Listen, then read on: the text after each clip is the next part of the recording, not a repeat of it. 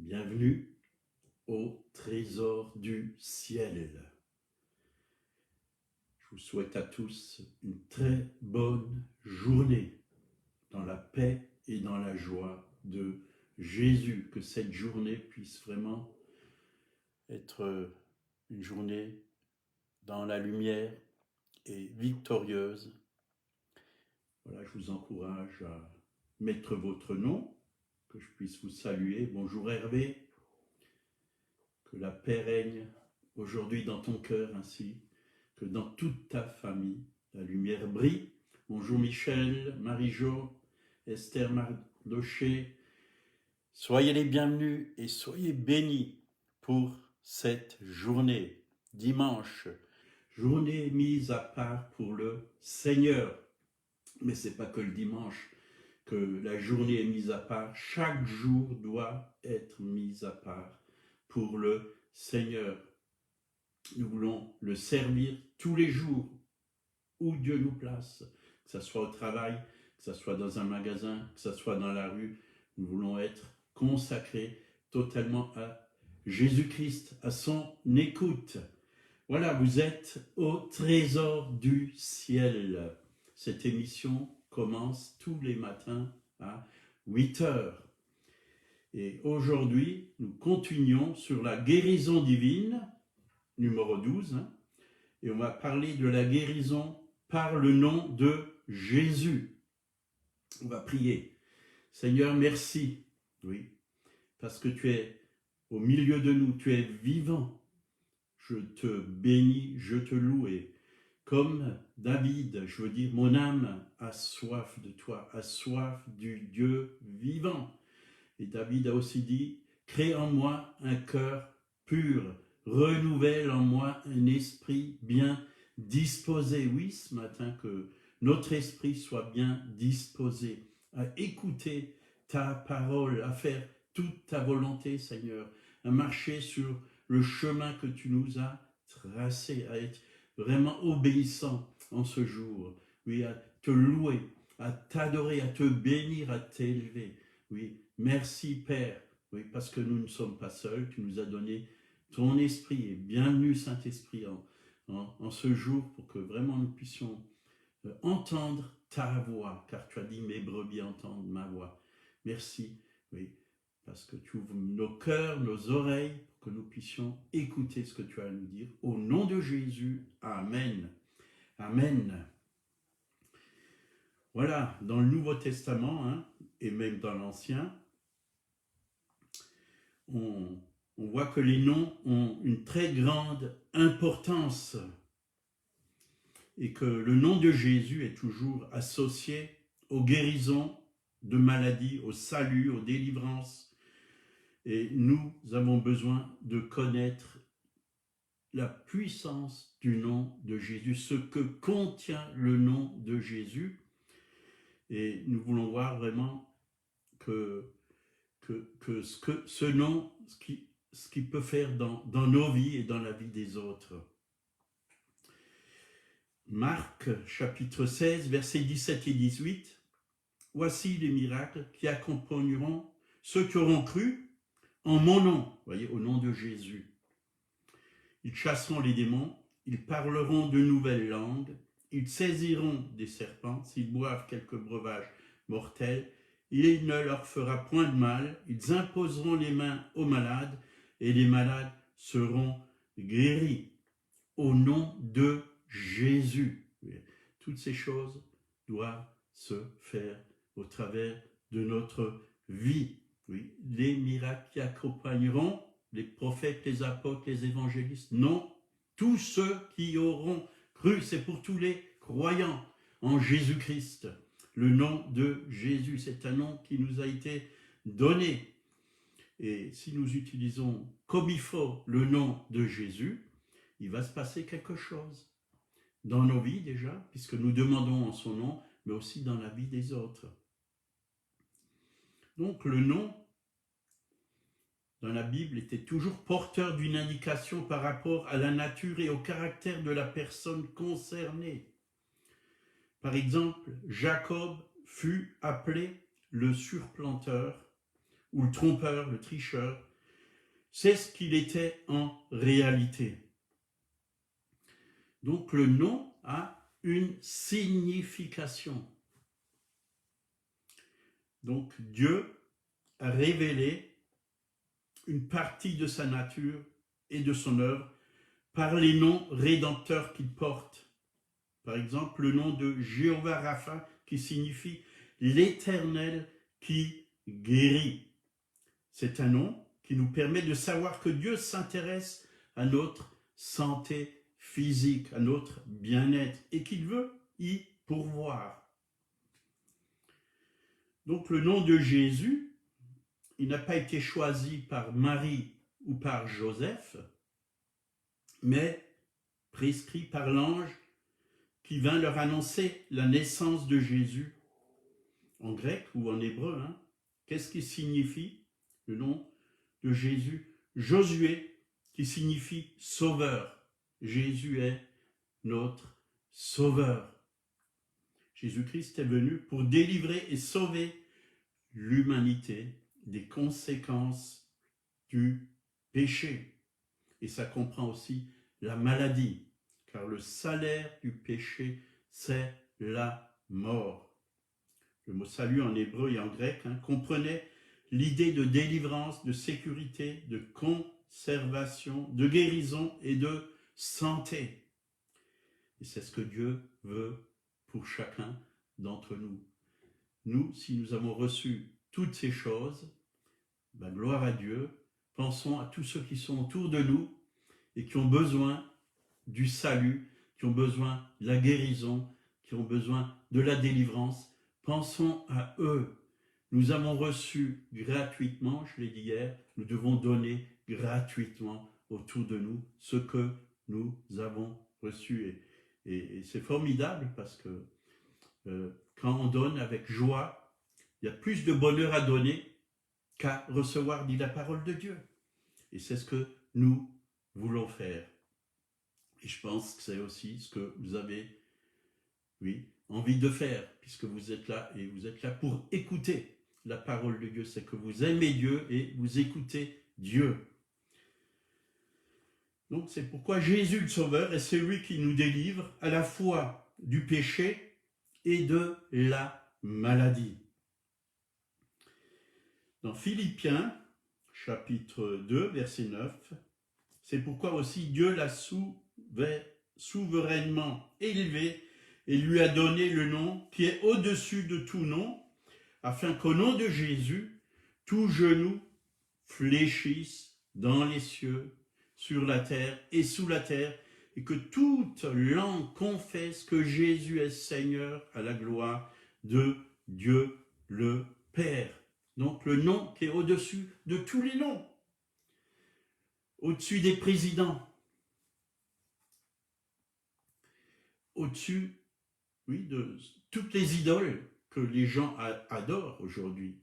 Bouddha, Mohamed, et toutes sortes d'idoles, des chanteurs. Il y en a qui ont comme idole des chanteurs. Moi, j'avais des chanteurs comme idole, mais je ne connaissais pas vraiment Jésus. Et quand j'ai réalisé qu'il était vraiment vivant, qu'il était vraiment sorti du tombeau et qu'il se manifestait, qu'il a transformé ma vie, j'ai voulu vraiment lui obéir, l'écouter, marcher avec lui, parce que j'ai vu que son nom était au-dessus de tous les noms. Et il y a plein de noms aujourd'hui. Il y en a qui adorent des saints, il y en a qui adorent des statues, toutes sortes de choses. Mais il n'y en a qu'un seul qui est digne de louange et d'adoration. C'est le Père en esprit et en vérité, Jésus son Fils et le Saint-Esprit, parce qu'il est aussi Dieu. Nous voulons adorer Dieu en esprit et en vérité. Mais le nom au-dessus de tous les noms, et il y a plein de noms aujourd'hui sur la terre. La maladie porte aussi un nom. Cancer, et toutes sortes de noms de maladies. La fièvre, au-dessus. Jésus est au-dessus de tous ces noms, au-dessus du cancer, au-dessus de la fièvre, au-dessus de la tuberculose, au-dessus de la paralysie, au-dessus de la cécité, de la surdité. Il est au-dessus de toutes autre nom. Il a tout pouvoir et toute autorité dans le ciel, sur la terre et sous la terre. Sous la terre, c'est où il y a les puissances ténébreuses. Il a autorité sur la mort. Il a autorité sur la maladie. Il a autorité sur le diable. Ces puissances qui sont assises dans les lieux célestes. Oui, pas en Christ, dans le 2e siècle, je parle. Il est au-dessus, oui, des dominations, des autorités et de ces puissances méchantes et mauvaises qui cherchent à dominer les hommes qui sont sous la puissance des ténèbres. Il est au-dessus. Mais gloire à Dieu, il nous a fait asseoir avec lui. Il est écrit dans les lieux célestes en Jésus-Christ, au-dessus de toutes ces puissances ténébreuses et au-dessus aussi de toute autre chose. De toute autre chose. Nous avons sa victoire. Jésus n'a pas vaincu pour lui le péché, la mort, la maladie. Non, il l'a vaincu pour nous, parce que lui, il était sans péché. Lui, il était éternel. Il était éternel. Et il est éternel, puisque même s'il est mort, la mort n'a pu le retenir. Il a vaincu le diable, parce que Jésus est Dieu. Il est Dieu. La parole s'est faite chair et elle habitait parmi nous, pleine de gloire et de vérité. Il est vraiment venu. Moïse nous a emmené la loi, mais lui nous a emmené la grâce qui est supérieure à la loi. Tout ce qui est dans l'ancienne alliance, c'est l'ombre des choses à venir. L'ombre, c'est qu'une ombre. Mais ce qui est venu au travers de Jésus, c'est la lumière. C'est pas l'ombre, c'est la lumière. C'est la lumière, c'est la vérité. Jésus est la vérité. Jésus est la lumière. Et en lui, nous sommes aussi la lumière. Donc, en tant que fils et filles de Dieu, nous recevons le droit d'utiliser le nom de Jésus. Nous sommes nés dans la famille de Dieu et nous avons le droit d'utiliser le nom de cette famille.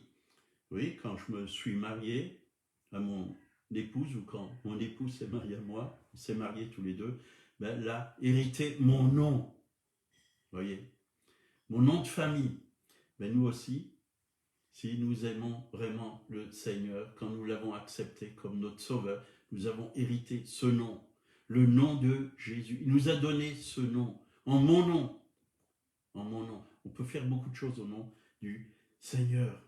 Mais tout ce que nous faisons au nom de Jésus-Christ, ça doit être conforme à la parole de Dieu. Nous avons reçu un nom nouveau. Nous sommes devenus participants de la nature divine. Et Jésus a dit dans l'évangile de Jean, chapitre 14, verset 14, si vous demandez quelque chose en mon nom, je le ferai. Vous voyez comment nous devons demander en son nom. Père, au nom de Jésus, je te demande de me guérir ou de me libérer de tel et tel péché au nom de Jésus. Vous voyez, c'est une procuration. C'est comme si c'est Jésus lui-même, quand vient au nom de Jésus, c'est comme si c'est Jésus lui-même qui demandait au Père. Parce que Dieu, qu'est-ce qu'il voit au travers, oui, de nous? Il voit, quand on demande en son nom, il voit le Christ en nous. Parce que Dieu voit dans l'éternité, et il voit qu'on a accepté Jésus. Il est en nous, et il voit Jésus en nous demandé par le Saint-Esprit. Et vraiment, nous recevons ce que nous demandons. Matthieu 28, versets 18 et 20. Jésus, s'étant approché, leur parla ainsi. Tout pouvoir m'a été donné dans le ciel et sur la terre. Allez, faites de toutes les nations disciples, les baptisant au nom du Père, au nom du Fils et au nom du Saint-Esprit. Et enseignez-leur à observer tout ce que je vous ai prescrit. Et voici, je suis avec vous tous les jours jusqu'à la fin du monde. Voyez, le Père, le Fils et le Saint-Esprit. Ils sont unis. Ils sont unis. Quand vous demandez au nom de Jésus, le Père se manifeste, le Fils se manifeste, le Saint-Esprit se manifeste. La Trinité, si on peut l'appeler, ce n'est pas un mot qui est écrit dans la Bible, mais ils sont un. Ils sont un. Et Dieu se manifeste. Le Saint-Esprit est sur la terre. Jésus est à la droite du Père et il intercède pour nous. Dieu se manifeste. Et nous pouvons faire vraiment tout ce que, oui, Dieu nous a ordonné, aller par le monde, faites de toutes les nations des disciples, les baptisant au nom du Père, du Fils et du Saint-Esprit. Enseignez, oui, ce que Jésus nous a prescrit et il est avec nous. Et comment il est avec nous sur cette terre? Il est avec nous par le Saint-Esprit. Il est avec nous, mais il est surtout en nous. Mais il se manifeste au travers de nous, parce que le Saint-Esprit se manifeste par son onction sur la terre, à tous ceux qui sont autour de nous. Quand nous témoignons, le Saint-Esprit touche les cœurs et parle au cœur. Si on pouvait vraiment avoir les yeux ouverts de ce que le Saint-Esprit est en train de faire sur la terre, on serait vraiment étonné. Discernement des esprits, oui. Parfois on voit que le diable dans le discernement des esprits. Mais voyons ce que Jésus est en train de faire, ce que le Saint-Esprit est en train de faire. Voyons ce que le Père est en train de faire. Voyons ce que les anges sont en train de faire. Le diable, nous pouvons le voir comme un ennemi vaincu, parce que Jésus l'a vaincu à la croix. Il cherche toujours, oui, à venir et croire qu'il a beaucoup de pouvoir, beaucoup d'autorité. Mais pour nous, en tant que fils de Dieu, en mon nom, nous avons l'autorité sur lui, nous chassons les démons. Et bien souvent, il y a des maladies qui sont liées à des puissances ténébreuses.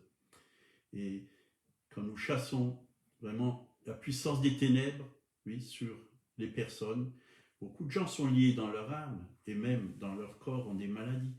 Quand nous chassons ces esprits, les maladies partent avec, parce que c'est l'ennemi qui les a emmenés.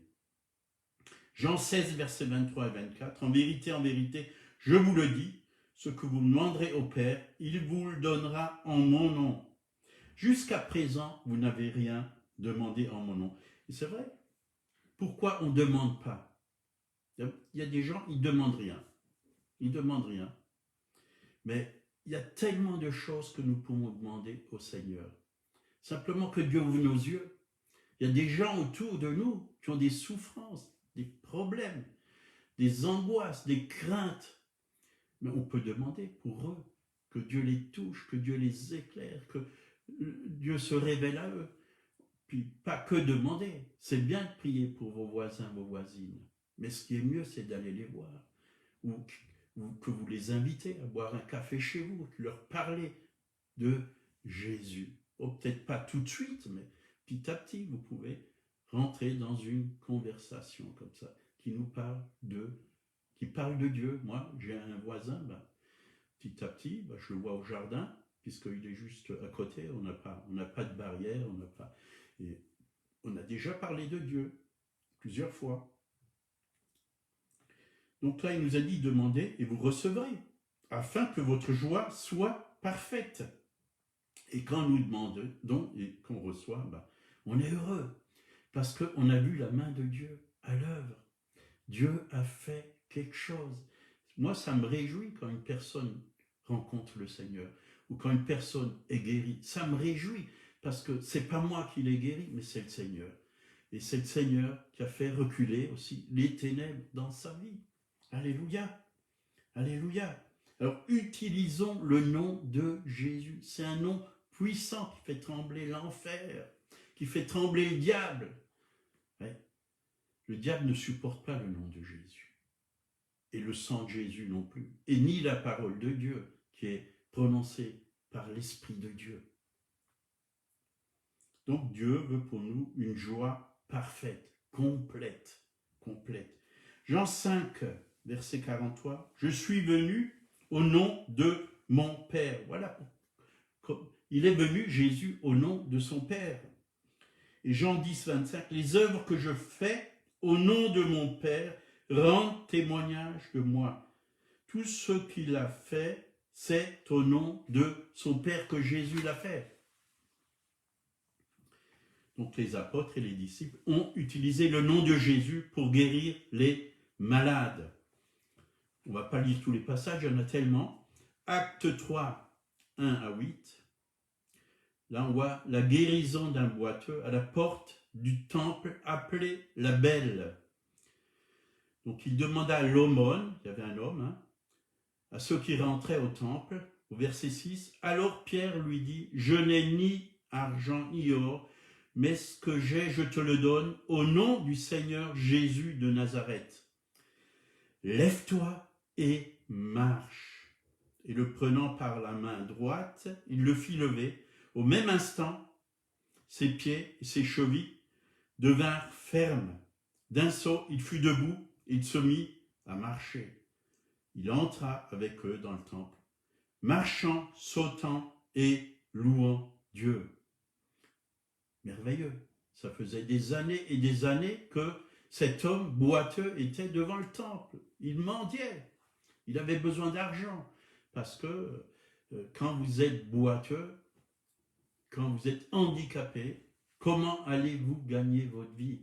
Et je pense qu'il n'y avait pas de sécurité sociale et toutes ces choses, ça n'existait pas. Il devait mendier. Mais gloire à Dieu, il a été totalement guéri et il est rentré au temple. C'est ça qui est le plus beau. Il n'est pas resté dehors, il est rentré et il a loué Dieu, il a glorifié Dieu et ça a encouragé les frères et sœurs qui étaient dans le temple en train de glorifier Dieu, de louer Dieu. Il a marché, et je n'ai ni or ni argent, mais ce que j'ai, vous voyez ce qu'il avait, Pierre et Jean, ce qu'ils avaient à l'intérieur d'eux, ils avaient le nom de Jésus, ils avaient la puissance de Dieu, ils avaient l'amour de Dieu pour aider ces pauvres handicapés. Ils étaient là et ils donnaient ce qu'ils avaient et gratuitement. Voilà le miracle, c'est fait. Et nous aussi, il y a tellement de gens autour de nous, ça nous coûte quoi d'aller leur donner un petit réconfort de la part du Seigneur. Ils en ont besoin, peut-être un peu de temps. Pour moi, oui, je suis retraité, j'ai plus de temps. Avant, je travaillais, mais partout, Dieu plaçait sur mon chemin des personnes. Et Dieu va placer sur votre chemin des personnes pour que vous puissiez simplement leur faire un sourire, leur donner une parole d'encouragement qui va les bénir, les relever peut-être. Et je me rappelle toujours, c'est une image qui m'est restée profondément.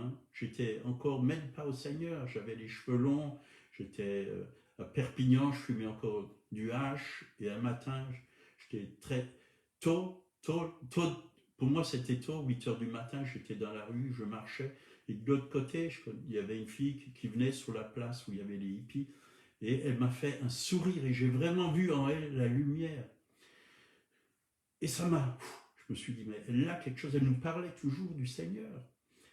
Et ça m'a fait du bien, ça m'a encouragé, alors que moi j'étais abattu, j'étais vraiment en train de regarder le sol, et quand je l'ai vu passer, je l'ai vu voir qu'elle était souriante, ça m'a donné de l'espoir. Je me suis dit, il y a peut-être quelque chose chez les croyants que je n'ai pas.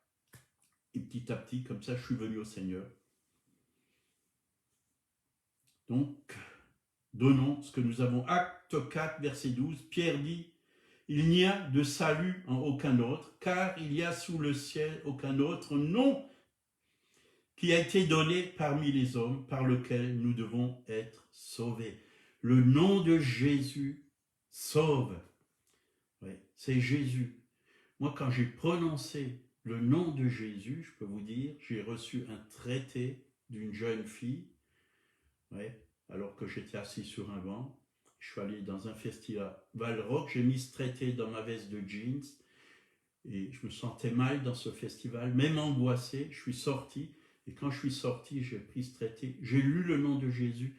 La présence de Dieu est venue. J'ai senti la paix de Dieu. J'ai senti la présence du Saint-Esprit. Et là, j'ai su qu'il y avait autre chose. Et c'est là que toute ma vie a commencé à bousculer, petit à petit.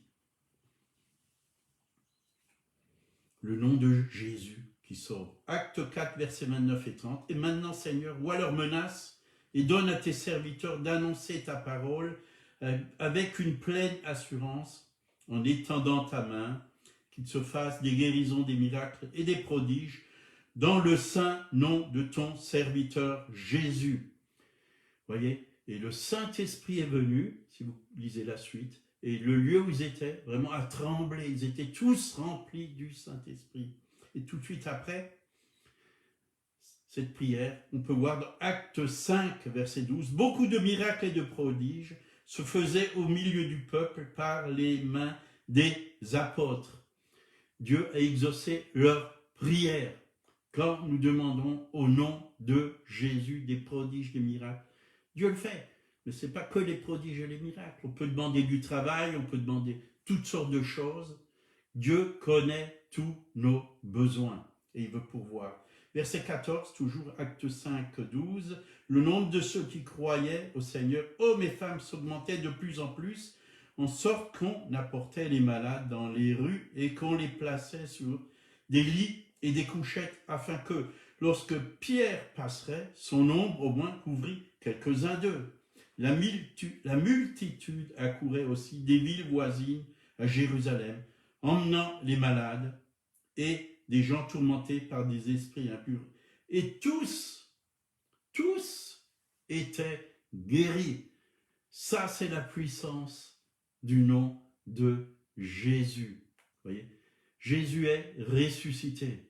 Quand on proclame son nom dans la foi, il se manifeste. Le nom de Jésus se manifeste pour sauver, pour délivrer, pour guérir, pour pourvoir. Dieu est bon. Dieu est bon. Nous voulons faire connaître, oui, ce Dieu d'amour et faire connaître le nom de Jésus. Il y a des gens, ils n'ont jamais entendu parler de Jésus, ni du nom de Jésus. C'est qui ça? Il y a des gens, ils n'ont jamais entendu. Psaume 145, versets 1 et 2. Je t'exalterai, ô mon Dieu, mon roi, et je bénirai ton nom à toujours et à perpétuité.